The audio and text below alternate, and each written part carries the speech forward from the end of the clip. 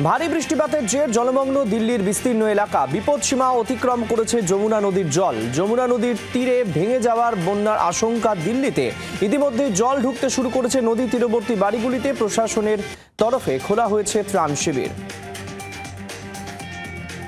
ভয়াবহ বৃষ্টিতে বিপর্যস্ত উত্তর ও পশ্চিম ভারত।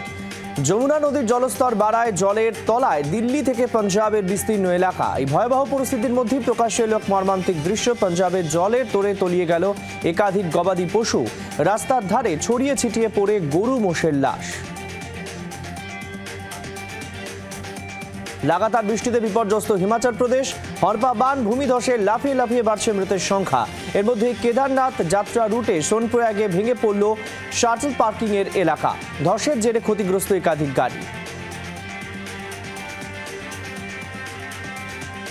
বৃষ্টি থেকে এখনই রেহাই পাচ্ছে না উত্তরাখণ্ড। দুর্যোগপূর্ণ আবহাওয়ার কারণে রাজ্যের একাধিক স্কুল বন্ধ রাখার নির্দেশ দেওয়া হয়েছে। পুণ্যার্থীদের নিরাপত্তার কথা ভেবে আগামী 5ই সেপ্টেম্বর পর্যন্ত স্থগিত করে দেওয়া হয়েছে চার ধাম এবং হেমকুণ্ড সাহিব যাত্রা।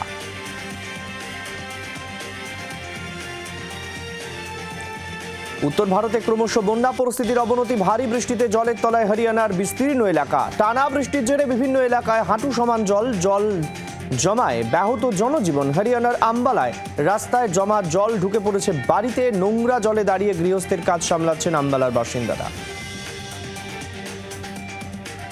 জায়গার দখল নিয়ে বিবাদের যে তৃণমূল নেতার নিদানে গ্রামের এক পরিবারকে সামাজিক বয়কট। মধ্যযুগীয় বর্বরতার সামনে আসতেই চাঞ্চল্য ছড়িয়েছে এলাকায়। ঘটনায় জল গড়ায় আদালত পর্যন্ত। প্রশাসনের কাছে অভিযোগ জানিয়েও কোনো সুরাহা হয়নি বলে অভিযোগ রঞ্জিত মণ্ডলের পরিবারের। ভারত নেপাল সীমান্তে পাকড়াও বাংলাদেশি নাগরিক। 3 জন বাংলাদেশি নাগরিক গ্রেফতার। গত 2 মাসে জালে 14 জন বাংলাদেশি। ধৃতদের থেকে উদ্ধার হয়েছে দিল্লি এবং এই রাজ্যে তৈরি ভোটার, আধার, রেশন কার্ড সহ একগুচ্ছ নথি। ধৃতরা প্রত্যেকেই বাংলাদেশের নীলফামারীর বাসিন্দা।